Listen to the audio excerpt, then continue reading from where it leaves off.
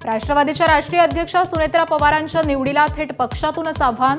पुन्हा निवडणूक घेण्यासाठी माजी राष्ट्रीय सचिव सच्चिदानंद सिंहांची कायदेशीर नोटीस, तर केवळ प्रसिद्धीसाठी खटाटोप, राष्ट्रवादीचा संताप।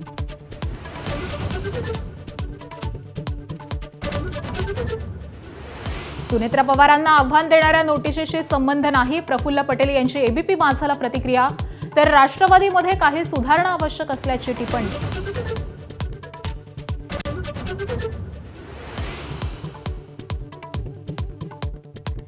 मराठवाड्यात 23 जुलैनंतर पावसासाठी अनुकूल स्थिती निर्माण होईल, परभणीच्या कृषी विद्यापीठाच्या हवामानशास्त्र विभागाचा अंदाज।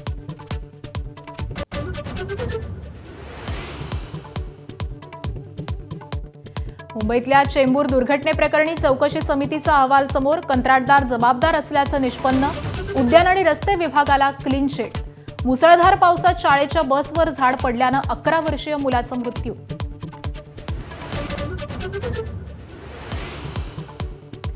पिंपरी चिंचवडमधील मोशी इमारत दुर्घटना प्रकरण, सदोष मनुष्यवधाचा गुन्हा दाखल करण्याची प्रक्रिया सुरू, पर्यावरण विभाग प्रमुख संजय कुलकर्णी आणि कार्यकारी अभियंता योगेश आल्हाटांवर गुन्हा दाखल होण्याची शक्यता।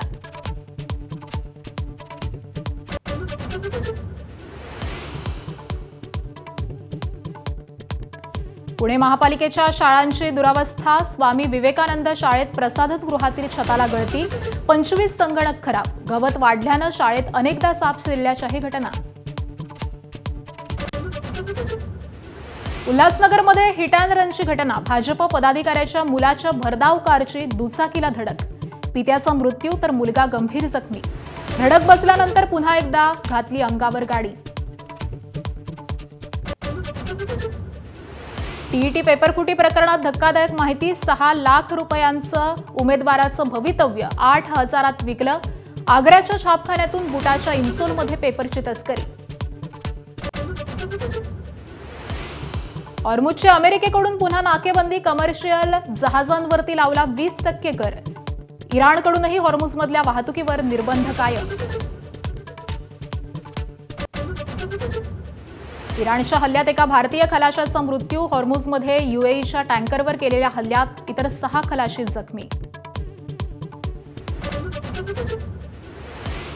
फुटबॉल वर्ल्ड कपमध्ये आज फ्रान्स आणि स्पेन यांच्यात पहिला उपांत्य सामना, एम्बापेच्या जादूकडे साऱ्या जगाचं लक्ष। भारतीय वेळेनुसार रात्री 12:30 वाजता सुरू होणार सामना।